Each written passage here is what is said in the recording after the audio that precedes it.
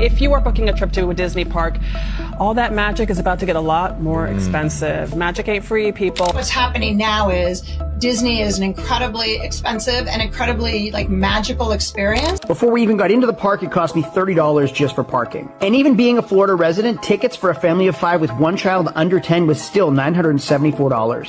When fireworks lit up the Orlando sky, few people realized that the happiest place on Earth had now become a miracle worth a month's salary. In less than a decade, average ticket prices at Disney World have increased more than 55%, twice the rate of national inflation. A snack that used to be just a few dollars now costs the same as electricity for a whole week, while a day of sightseeing for a family of 4 can exceed $300, excluding hotels, priority tickets, or souvenirs. What used to be childhood miracles is now an experience only for the rich. The average father can no longer afford to buy an 18-lon balloon, the mother has to pack a sandwich from home to take away, and millions of American families have to borrow money just to let their children see Cinderella Castle once. Disney used to be a dream where the whole of America found simple joy again. But today, that right has turned into a luxury.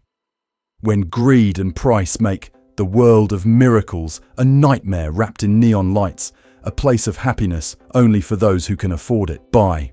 In today's video, we're going to expose the dark side of Happy Land, where the fireworks light is just lipstick hiding a bitter truth, that even happy has been labeled by Disney and resold to America itself. Disney World and Disneyland, two immortal icons of the American holiday. There's something special about the atmosphere at Disney parks at sunset. Light reflects on the castle, music sounds from afar, sweet caramel scent mixed with children's laughter. Maybe many people hate to admit this, but there's no denying it's really magic. That's where magic comes alive, where childhood memories are woven through every step on Main Street, USA. For many parents, a Disney trip is not just a vacation, but an American coming-of-age ritual. A moment they witness their children touching something they themselves dreamed of as children. I mean, who can forget their first step onto Main Street, USA? The castle, the characters, the food, the balloons, I'm sorry, this balloon costs how much? However, that miracle is gradually fading under the weight of inflation and corporate greed. Currently, a family of 2 parents and 2 young children has to spend up to $4,200 USD for a 4-day trip to Disney World, about $1,000 USD higher than a few years ago. Even Disney understands it's facing sensitive boundaries. Visitor numbers to US parks have increased just 1% in the past year, much lower than the previous year's 6%. However, instead of holding back the price increase, the company seems to be addicted to constant price increases. The Wall Street Journal once wrote, "Disney has reached the payment limit of the American middle class. On peak days, the average ticket can reach $200 per person, not to mention sub-tickets like Fast Track, which used to be free but has now become a paid privilege." One tourist recounted with some bitterness, "I don't know if this is legal, but I brought my backpack and wrapped my own peanut butter sandwich because I couldn't pay $18 for a pretzel at Disneyland." It's not just a story about a cake, but a symbol of the change of an entire era when the simple moments that once created happiness are now replaced by talking numbers.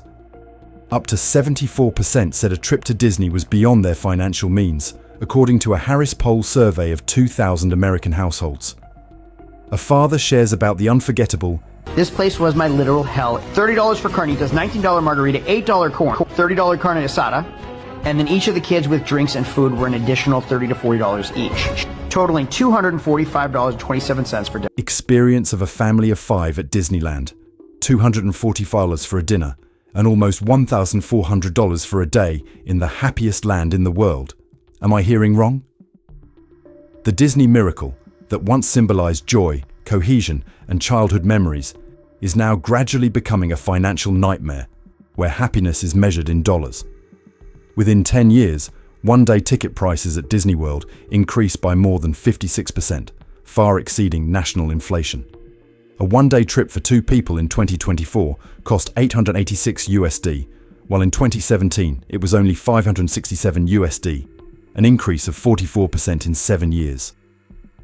Disney does not increase prices publicly. They keep the lowest ticket at $109 USD day, but apply the price customization mechanism, meaning more and more, the higher the price, a sophisticated form to maximize profits without being seen as a direct price increase. Even casual meals are no longer friendly. Partial clam chowder and chicken strips cost $31.70, cold coffee $7.20, popcorn $5.50, and dinner at Skipper Canteen easily exceeds $80 for two. Not only food, souvenir items also reach the threshold of luxury.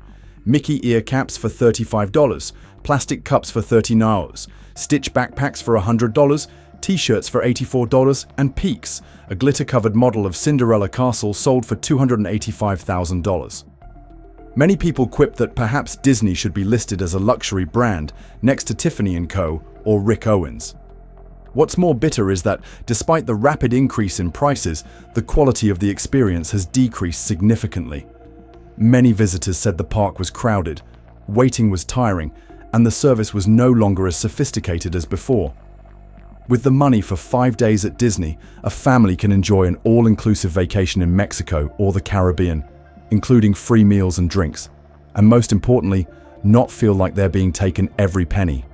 When all the hidden costs of, from entrance tickets, food, lodging, to services add-on, a family of 4 pay almost $10,000, which is equivalent to 1.5 months of average income for the American middle class. At that price, the Disney miracle is no longer a symbol of childhood beliefs and memories, but has turned into an iconic luxury where nostalgia is priced and happiness is sold in units of hours. Is Disney Dream still for ordinary people? Or has it become a luxury item, delicately packaged under the label childhood memories? For many American families, Disneyland is not just an amusement park, but a sacred part of the nation's childhood. Because who wants their child to grow up without knowing what Disney magic is? But behind the smiles under Cinderella Castle, a bitter reality is unfolding. Millions of parents are borrowing to buy memories for their children and pay in installments for family happiness. According to a survey by LendingTree, up to 45% of parents with children under 18 admitted to taking out loans to make the Disney trip, and 25% of all, travelers or 1 in 4, people are in the same situation. On average, each family carrying young children has to incur about $2,000 USD in additional debt, while for guests in general, the common debt level ranges from $1,600 to $1,100 USD per trip. Miracle was once created from imagination, now resold in the form of interest-free 4-term installments.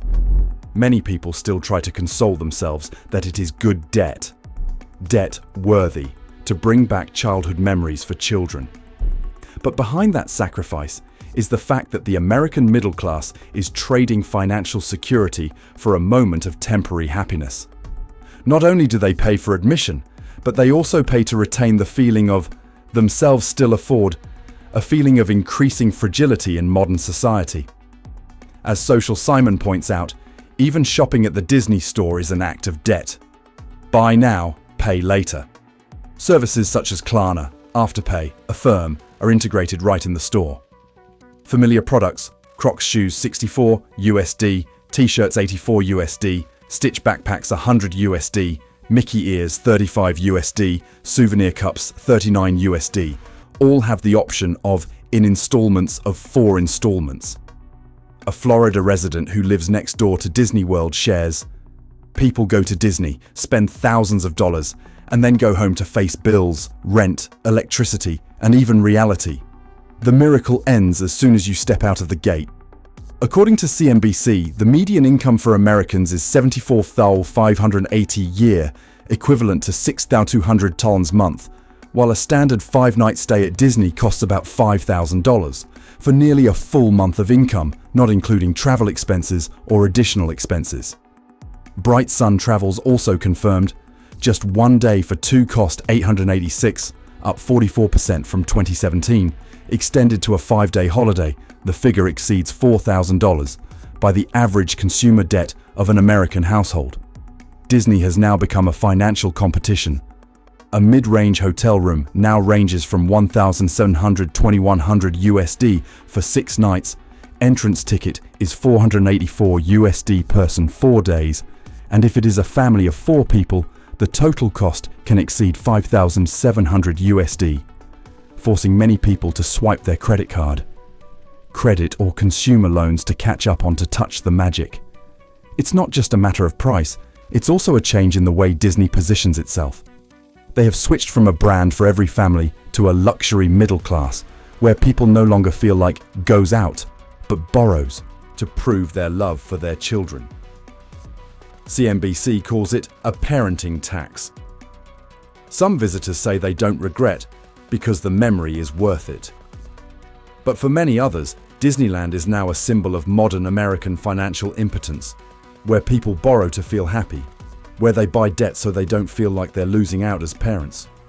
They may not be able to buy a house, but they still try to buy a week of miracles just to prove that the American dream has not completely disappeared.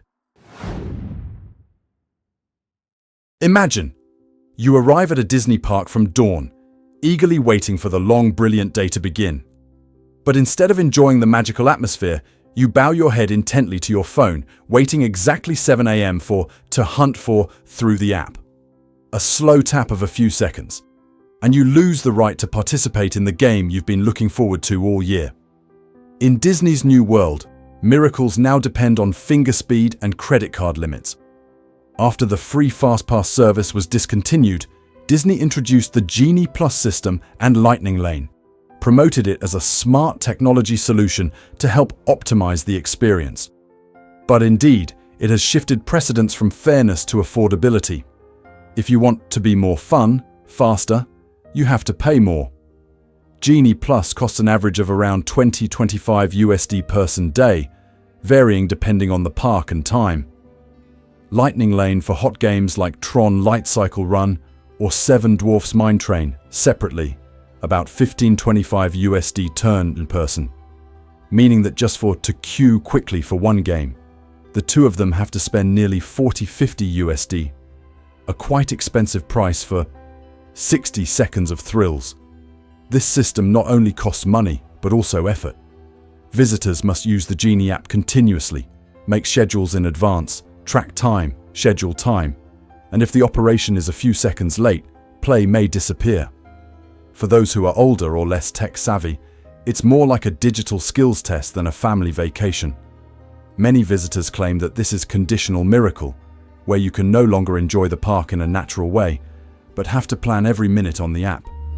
Spontaneous moments, stops by a game, tries new dishes, stops to watch the parade, is gradually disappearing, giving way to a rigid schedule like a spreadsheet. And so, under the shell of smart technology, Genie Plus and Lightning Lane became symbols of the era of emotional commercialization, where technology no longer creates miracles but values joy, play by play, minute by break, every child's smile. When fun also has to be booked and by priority, is Disney magic still a childhood dream, or has it become a digital wall separating who can pay and who just knows how to stand and watch? People once said, "There is no place like Disney, where everyone is welcome, whoever you are." But now, it seems like that welcome comes a starting price of $6,000. In promotional photos, the Grand Floridian Resort and Spa still looks like it came out of a fairy tale, with a white column, a red roof, and a blue lake reflecting Cinderella Castle in the distance. But behind that splendor lies the dream of having its price listed as a luxury item.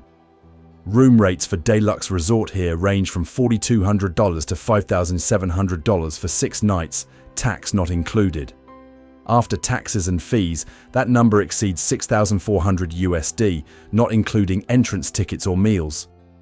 Disney confidently compares itself to 5-star hotels in New York, Miami, or Las Vegas, but in reality, the price is twice as high, while the service is not all-inclusive like resorts in Mexico or the Caribbean. In Grand Floridian, deluxe means only accommodation, no food, no drinks, no free at all. It's worth mentioning, the rich still pay. They come here not only to stay, but to show class, and even hold weddings at Magic Kingdom at a cost of $15,000 to $330,000 USD. Under splendid fireworks and fairy tale music, love has also become a package service that only a small group can afford. For more than a decade, Disney has quietly redefined itself.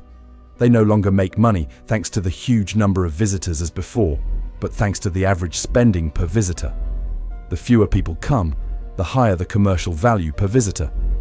The resorts Deluxe, Grand Floridian, Polynesian Village, Contemporary Resort are operated as investment properties, no different from the high-end portfolio of luxury hotel groups. However, behind that shimmering light, Disney class is not necessarily synonymous with quality. Many guests complain that the interior is outdated, the food is average, and the service is not commensurate with the cost. What they actually pay for is not comfort, but the feeling of living in a dream, a spiritual product that is packaged and resold. Meanwhile, Disney's middle class, backbone in the 20th century, is gradually disappearing from the customer map. For them, a full vacation at Disney now equates to a month and a half of average American family income. People who have been able to save to take their children away once in their lives can only look at memories and smile sadly. We could have been there. Disney is no longer where everyone is welcome. It became the miniature symbol of modern American society, where dreams are stratified, where equal became a price service, and where miracle is now a premium product package. When the Disney dream is redefined as a luxury product for the privileged, is there any place in that miracle for those who once believed that the Disney was a place where anyone was welcome? Once, entering Disney was entering a world where everything was taken care of. From airport shuttles, magic band bracelets, to free FastPass panels that help you skip long rows of all wrapped up in a simple message, you just enjoy. Now that message has changed to, want to enjoy? Let's swipe one more time. In less than a decade, Disney has cut out most of the services that were once free specialty. Bus from airport, Magical Express service, is completely stopped. FastPass is replaced by the Genie Plus paid system. Magic Bands, smart identification bracelet that was once included for guests staying, must now be purchased separately. Disney's once miracle gadgets are now sophisticated toll lists, leaving every step a visitor takes tied to the bill. And in a society beset by economic pressure, people still pay, not because they have plenty, but because they don't want their children to miss out on their Disney. Standard childhood. A commentator once sarcastically said, 3 years old can't even remember where he is, but the ticket is still $179 USD. Children are charged the same price as adults, not because of service costs, but because childhood memories have also become commodities. Behind the smiles in check-in photos is the financial fatigue of millions of families. Nowadays, Americans don't just swipe their cards, they buy their dreams on credit. Buy now, pay later services such as Klarna, Afterpay, Affirm creep into each souvenir shop. A pair of Crocs shoes for 64 USD, a Stitch backpack for 100 USD, or a souvenir cup for 39 USD can all be in installments of 4 installments. When Miracles is broken down according to the payment schedule, happiness is no longer an experience, but a consumer product that is planned to be paid in installments. And that is the scary nature of the anti-consumer era. The anti-consumer era. When brands that once represented love and reunion now function as emotional production lines, joy is standardized, memories are valued, and nostalgia becomes a commercial product. When happiness is calculated by installment term, when childhood memories become retail data stream, is there still something called true joy? Or are we just living in a cycle of consuming emotions created by yourself? If Disney Miracle is a measure of global joy, then perhaps it has left America. On the other side of the Pacific, people still line up smiling at the gates of Tokyo Disneyland, while in Florida, tired faces and overloaded bills make the happiest land in the world a place where people have to borrow money to have fun. Tickets to Tokyo Disney are only about 6,600 yen, or 45s, which is more than 3 times cheaper than the average $148 ticket in the US. Not only that, the food in Tokyo still retains the popular spirit, popcorn 2.4 USD, main meal 9.6 USD, and FastPass only about 10 USD. At a reasonable price, not making visitors feel taken advantage of by. It all makes Tokyo an easy-to-touch miracle. While in the US, the same dish can cost 4 or 5 times more. But the difference doesn't just lie in price, it lies in philosophy. Tokyo Disney is operated with a spirit of respect for customers.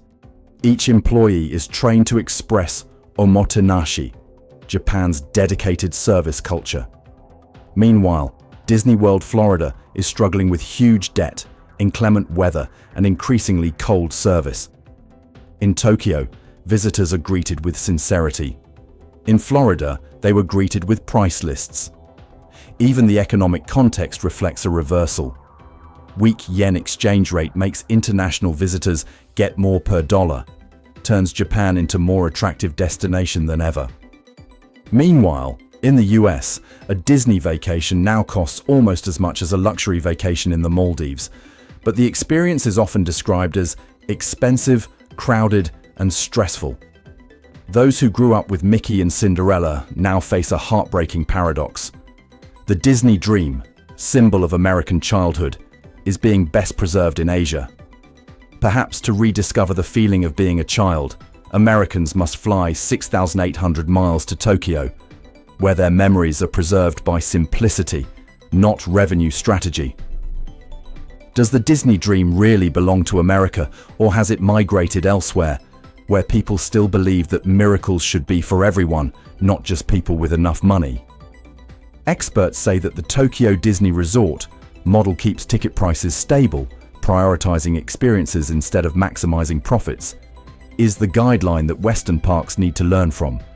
When an American family has to fly halfway around the world to find the magical that was born right in their hometown, does Disney's dream not disappear, but simply left America?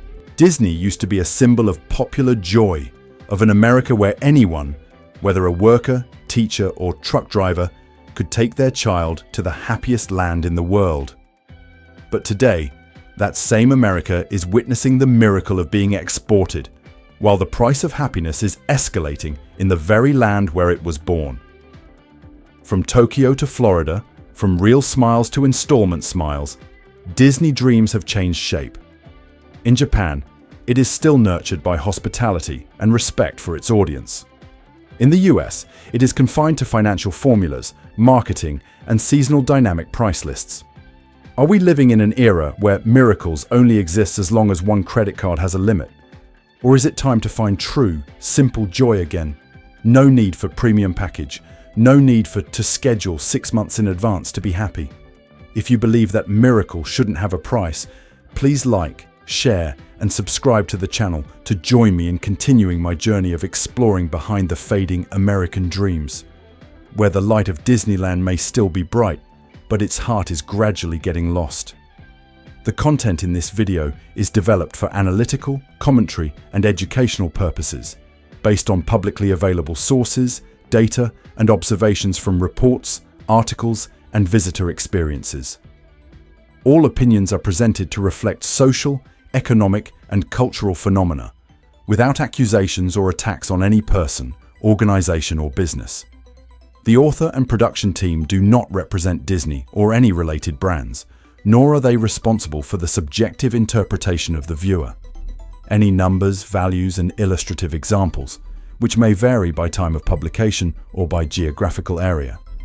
The goal of the video is to evoke thinking, spark dialogue, and encourage empathy between people, especially those who are wondering what made the old miracle so luxurious.